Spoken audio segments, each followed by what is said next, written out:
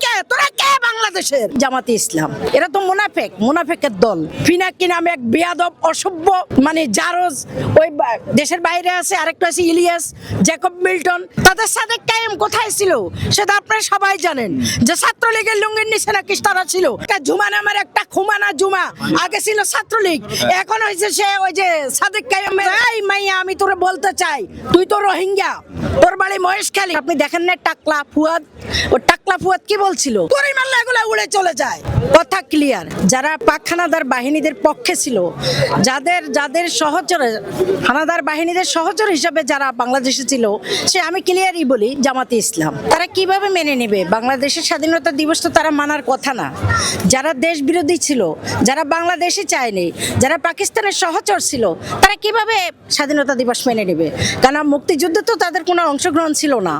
লক্ষ লক্ষ মা বোনের ইজ্জতের বিনিময়ে আমরা এই স্বাধীনতা পেয়েছি, কিন্তু তারা তো তখন দেশের বিরুদ্ধে ষড়যন্ত্রে লিপ্ত ছিল। সেই জন্যই তাদের এখন হাতে ঘা লাগে। এরা তো মুনাফেকের দল।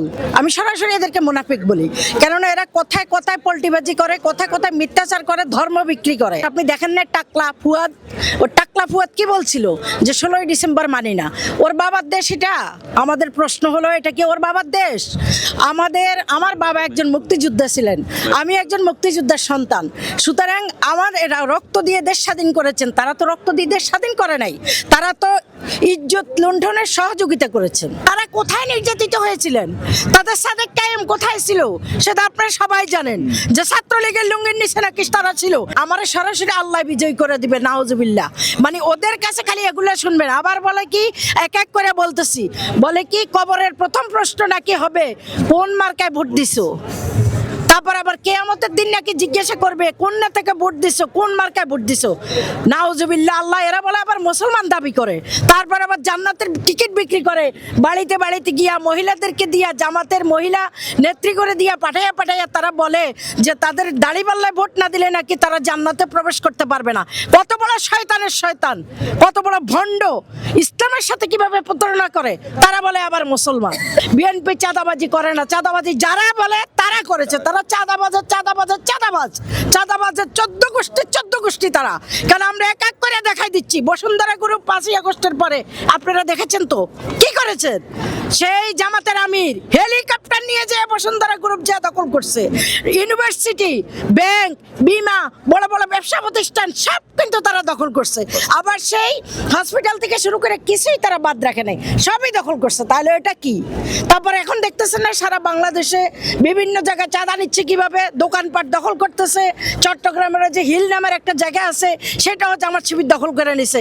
তারপরে আপনার ওই যে সীতাকুণ্ডে আপনারা দেখেছেন কিছুদিন আগে মাইকিং করে তাদেরকে গ্রাম থেকে তাড়া করে সরাই দিছে, যে আওয়ামী লীগের 100 বিঘা জমি যে জামাত শিবির দখল করে নিছে, বালি বারাট করতেছে। এইভাবে আমাদের নোয়াখালী সেনবাগে তাদেরকে জনতা দাহ করে তাড়িয়ে দিছে। এইভাবে তারা ঝাড়ু পিঠা খাবে, যেখানে যাবে সেখানেই তারা প্রত্যায়িত হবে। তাদেরকে কেউ সম্মান করবে না। মির্জা আব্বাসের পিছনে ওই যে পিনাকি নামে এক বেয়াদব অসভ্য জারজ ওই দেশের বাইরে আছে, আরেকটা আছে ইলিয়াস জ্যাকব মিল্টন। ওই শয়তানগুলা সাংবাদিকতার লেবাস পরে ওরা মির্জা আব্বাসের বিরুদ্ধে যা ইচ্ছা তার ওঠাইছে। তারপর আবার ওই যে আরেকটা জুমা নামের একটা খুমানা জুমা আগে ছিল ছাত্রলীগ, এখন হয়েছে সে ওই যে সাদেক কায়েমের ডানপন্থী। সে কি করলো? সে আপনার মির্জা আব্বাস সাহেব শোনার সাথে সাথে তিনি গেলেন ঢাকা মেডিকেলে ছুটে, কিন্তু সেখানে কি করলো এই বটলিগেরা কি করলো? ওনাকে ভুয়া বইলা ওরাই স্লোগান দিল। তারপর ওরা কি করলো? ওই জুমা মির্জা আব্বাস, এই মাইয়া, আমি তোরে বলতে চাই, তুই তো রোহিঙ্গা, তোর বাড়ি মহেশখালী, তোর বাংলাদেশে তো তোদের কোনো অস্তিত্ব নাই। তোরা এখন 5ই আগস্ট হাসিনারে পালানোর পরে এখন তোরা জায়গা উঠছিস। তো মির্জা আব্বাসরে বলে এখানে কেন আসছে? এখানে কি তোরা জিজ্ঞাসা করা যাইব?